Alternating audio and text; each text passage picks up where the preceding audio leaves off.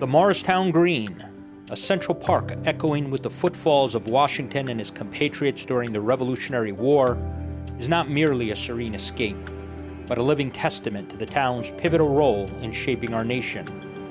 Morristown's history seamlessly intertwines with every individual who grew up there, creating a childhood rich in the echoes of the past and a vibrant spirit of community carried forward by each successive generation. These are their stories. This is Beyond the Green.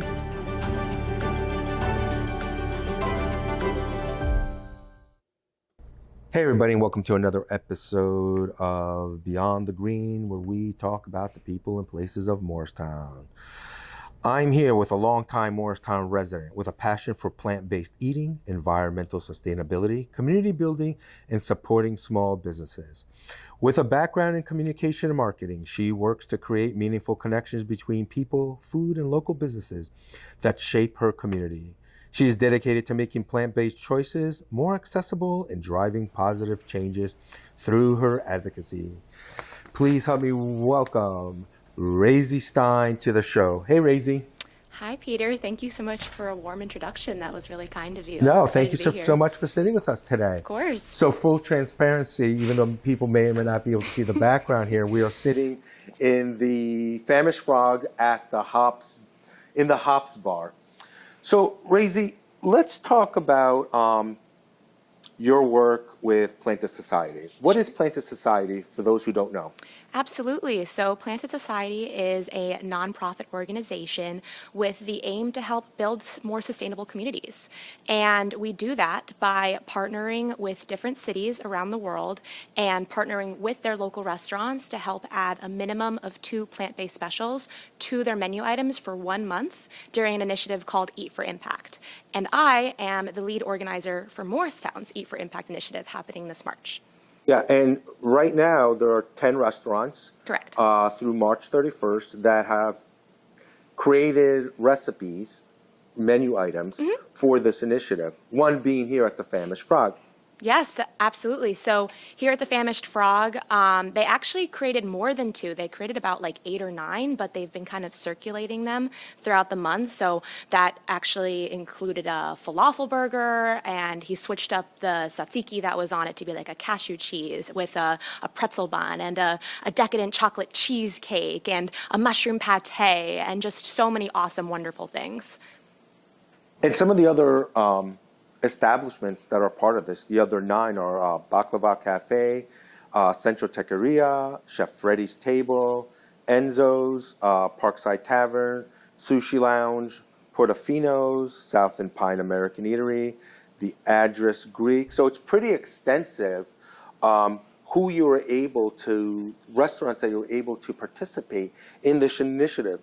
So what I'm curious to know is, at the end of the day, is it an accomplishment to be able to get these 10 restaurants to come on board, to get them to agree to participate? Or for you, are you trying to take more away from it than just that? That's a great question. So absolutely, just getting the restaurants to sign on was a huge accomplishment. I mean, we have so many amazing restaurants here in Morristown, and I really wanted to highlight that. But, most of these businesses, they're small businesses, and to make a change, like adding new specials to their menus, it's a big risk. So, it's plant-based eating, more sustainable eating, it's becoming more in demand. But it's still, if you're not already used to cooking like that, it can be kind of scary to introduce these new menu items. And honestly, we kind of did it on a little bit of short notice. We only did it with a couple months in advance. And so having these restaurants participate and getting them on board, that was incredible. I mean, every single one that, was excited to join and said yes, that was a win in of itself. Then, of course, at the end of this initiative, we would absolutely love for these specials to be, added to their menu permanently or seasonally, or, just get more comfortable with having sustainable choices in general. a lot of these restaurants may have already dabbled in plant-based specials here and there, but it really wasn't the forefront of their menu item. And so I've heard so many amazing reviews so far already. You can, like, on Google, on Facebook, on Instagram, people are like, finally something that I can eat that isn't like a side salad or French fries or a baked potato with no butter. It's coming out and being like, I can go to these restaurants with my family, with my friends for a birthday, an anniversary, a date night, and not have to like completely modify and switch around the menus. That's a win. And that's what I'm hoping for. Yeah, so I'm just curious, so you walk into an establishment, what's the pitch look like?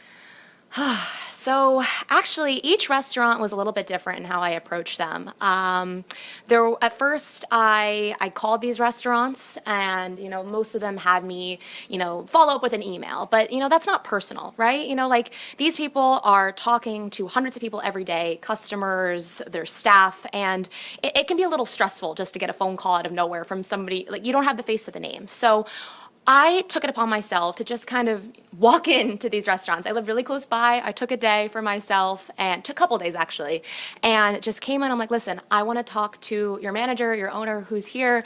And I pretty much say, there's an awesome opportunity for you. There is an initiative right now called Eat for Impact, where we've partnered with all of these different amazing cities. And this year it's happening in Morristown, and we'd like your establishment to be a part of this program. It is completely free for the restaurants to join into, and we provide them a lot of promotion on our social media, on our newsletters. I partnered with 20 different organizations and businesses who are also promoting this initiative within their network. And then if they are still on the fence and are like, listen, we don't know how to do this, or, I don't even know what would taste good, or I want something that's going to be aligned with our current menu offerings, we offer unlimited consultations to create these menu items. And so we understand that these businesses are busy. They don't have a lot of time. They don't really want to take too many risks. And so we try to make that process as easy and streamlined as possible by pretty much providing all of the work for them. Now, off air, we talked about at the end of this initiative, you're going to have analytics from Yes. each restaurant. Yes. Tell me, how do you plan on using those analytics? So, well, what we do is at the end of every single initiative, we generate an impact report. And within that impact report, we actually show what the environmental data is and what we've saved. So we show the greenhouse gas emissions that are saved, the water and the land. And we kind of compare that to, different metrics of this is the equivalent of driving back and forth to the city this many times. This is the equivalent of taking this long of a shower. I mean, just for context, one traditional quarter-pound beef burger that you can get at any establishment, any restaurant, any fast food chain, the amount of water that takes, just that one burger, is 2,600 gallons, which is the equivalent of showering, keeping your shower on for 2 months straight. So we take the sales data from these restaurants, and we calculate, how many specials were served, and we say, okay, for every meal that you had something that was plant-based and sustainable rather than its meat alternative, you actually had this type of environmental impact. And so this is really useful for the restaurants. They want to see how much they sell, but it's also like, listen, just as one small restaurant, in one community, like this is what we were able to do. And so we use that moving forward for when we start pitching other cities and other campaigns, as well as if we want to bring it back to the same city that we want to work with again. For instance, this isn't our first initiative here in New Jersey. We've worked in Montclair twice in 2023 and 2024, as well as Morristown, one down south. Sounds too close to Morristown. But yeah, that was actually very helpful because I was able to use this Montclair report that not just has the environmental data, but as well the sales data as well. So these restaurants are like, wow, these 12 restaurants in Montclair for 1 month sold 4,000 plus dishes, and they generated over $127,000 in sales. Let's bring that here. And so we use that data, we show people that like this is what we can do. And it's a really pretty report that we're working on right now, but we'll know all of that information come the end of the month. Right. Now, even though it's not really the purpose of the analytics, would you ever use that data to kind of figure out what menu items really hit home with people compared to those that are kind of missed the point? Yes, we do. On top of having the sales data provided from the restaurants, we also offer, each restaurant gives out a survey card at the end of their meal if you order one of these specials. And so we ask customers to be genuinely honest because, some of these restaurants, like, they know what they're doing, they put all of their heart into it, and some of them are a little new and maybe like didn't know exactly how to make it like pair along with their menus. Like it can be kind of overwhelming to cook certain foods if you've never worked with it before. And so this is no hard feelings to the restaurants themselves. This is just data, objective data that we can use, that it's like, hey, I think some people would have preferred if this had a little bit more this seasoning or a little bit less of this, or, priced a little bit lower, priced a little bit higher. We actually, plant-based food is actually a lot cheaper to purchase if you're not, buying all of these, meat or dairy alternatives, which actually none of the restaurants did. All of the restaurants used ingredients that they already had in-house. So we ask these restaurants not to price it too high, not to price it too low, price it fairly. But at the same time, it's like we want to make sure that customers, and we are trying to approach customers that don't genuinely or not generally eat plant-based food traditionally. There's actually more of an impact with people who are not used to eating like this, trying something new. Because if somebody who is already vegan or already plant-based goes to these restaurants, they're already going to eat this way regardless if they're going out to eat. So somebody who's a local, who's not used to eating this way, they come out and they choose the plant-based version over the traditional animal product-based version. It's going to have more of an impact. But, we're trying to appeal to the modern consumer. We're not trying to say something tastes good when it doesn't. And so we want these restaurants to succeed. We want it to be at the same level of quality that they are used to giving out to all of their customers. Yeah, so I know you said you did it twice in Montclair. You did it down South Jersey. What's your basis to bring it back to Morristown, or would you take it? Is it to bring it across the whole state? What would make you bring it back to Morristown? That's a good question. Well, I have had a lot of fun running this. This has actually been one of the coolest projects that I've worked on. I've met so many amazing people. I've tried so many awesome dishes. I mean, I've lived here my whole life. And I think we had some plant-based options, but not like the most that I think we could have had, considering just how many amazing restaurants we have here. I think the basis of bringing it back to Morristown, I mean, I'm excited to see what the impact report is. I'm excited to see the sales data. I'm excited to see it all come to a close. I do think I would like to run this again. I can't guarantee yet, but knock on wood that we can bring it back here. In regards to expanding more into New Jersey, we actually rely on volunteers to lead these initiatives. And so, we try to get the word out that this is happening and inspire others to lead their own. So we've actually had about 4 or 5 different people reach out to us who are here kind of in New Jersey who want to bring it to their towns. So I don't know what the status is going to be for the second half of the year, because right now I only know what the campaigns and the initiatives are up until June. But it's very possible that not only can we bring this back to Morristown, but even better with more restaurants and more specials after, building that trust factor, but that we actually do expand out to New Jersey even further and make New Jersey known as a sustainable state. I mean, we are the Garden State after all. Indeed. So for those who are watching this now and are interested in volunteering, how can they go about doing that? Great question. So you can go to eatforimpact.org, and there's going to be a section on the website that says nominate my city to be a part of Eat for Impact. And that will go straight to our director, and you can set up a meeting, and you'll learn more about what it takes, what the process is, what the time commitment is. This was a lot of work. It takes a lot of work to do the research of, look into every single restaurant, because I did a lot of background research, like who are these restaurants, what do they offer, what is their standing here in the community, and then who's going to help you. This is led by me, but not all done by me. I required a lot of help, and that requires being confident and brave enough to reach out and ask for it. So you need to do research on who are going to be your allies, who is going to bring it out and bring it to their community.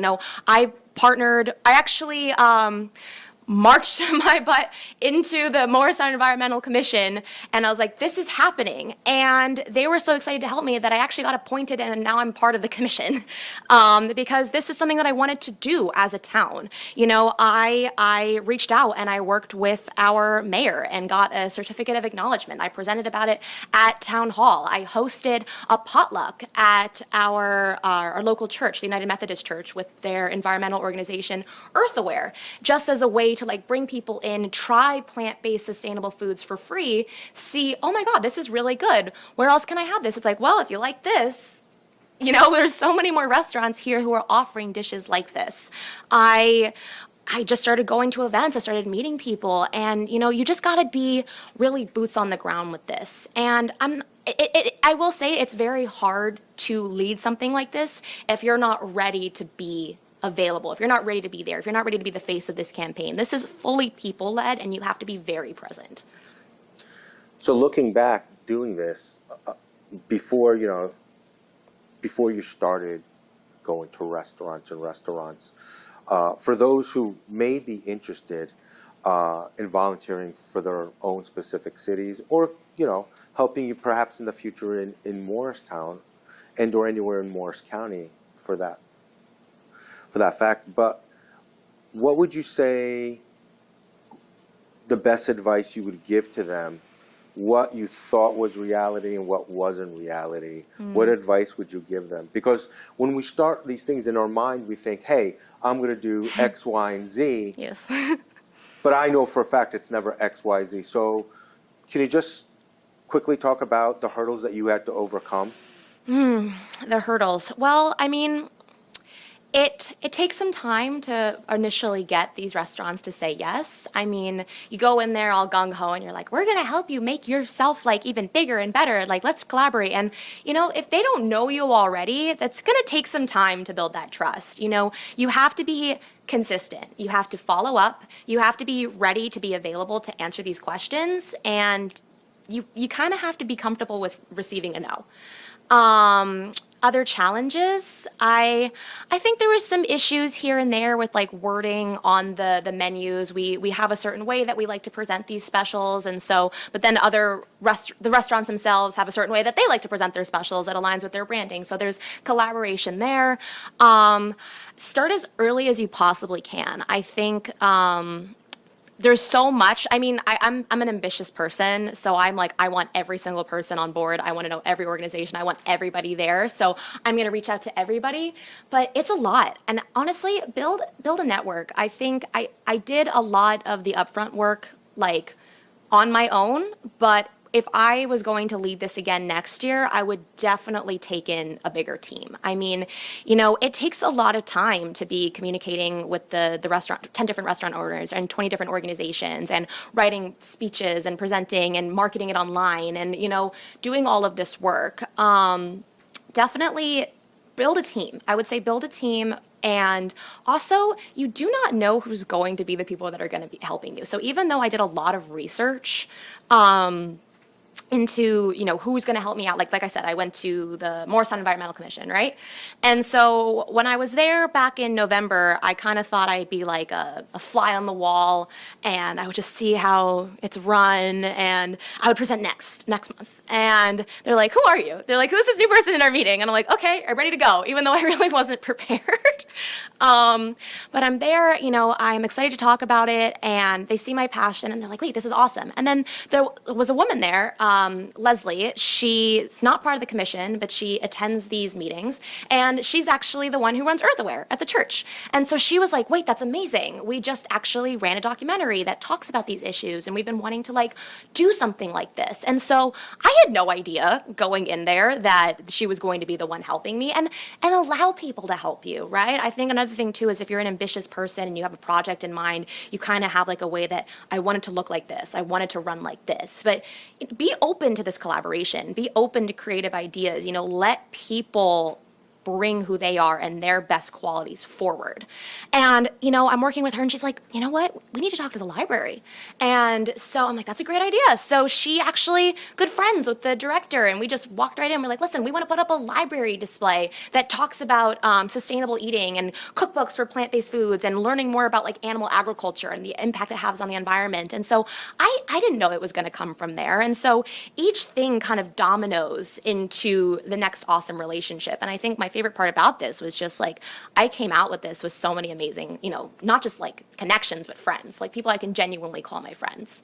And so having built that, you know, when I first started, I've been here for a long time, but I really wasn't active in the community as much as I would have liked to be. So I just kind of came out of nowhere and I was like, listen, we're going to make this happen. And so now that, you know, I've built this rapport, I've built this trust, you know, I know now what to expect with restaurants. I know now like how long it takes to actually onboard everybody and to get people excited and committed and like what it really takes. I know that like moving forward, if I'm going to run this again, what to do, like what I can avoid. I think, but that's with any project, right? Like you just have to start. You can't like plan ahead for everything that's going to go wrong because you'll go crazy. But you have to at least start. You got to do your research, but you have to finally be like, listen, I've researched enough. It's time to get out there. It's time to talk about it. Well, you're an excellent example if when you have tenacity and believe in a cause, you can do anything that you set your mind to. And it is refreshing to see somebody who is, and it takes a little bit of courage, like I said, to get in the way of, you know, of the unknown and put a step forward, because you're an excellent example of what happens when you have that courage to put yourself in an arena where it's unknown to you. Amazing things can happen, and you should be applauded for that. Thank you. I appreciate that. Well, we appreciate you taking the time to sit down with us today. I know great things will be in your future, and hopefully we'll see you sooner than later, and I'm hoping that you can bring the initiative back into Morristown next year, bigger and better than it was this year. Absolutely. So, I do too. Well, Raizzi, thank you so much. Be good, and we'll talk to you soon, okay? Thank you so much, and thank you for having me on the Beyond the Green podcast. This was a wonderful time. We appreciate your time. Thanks so much. Of course.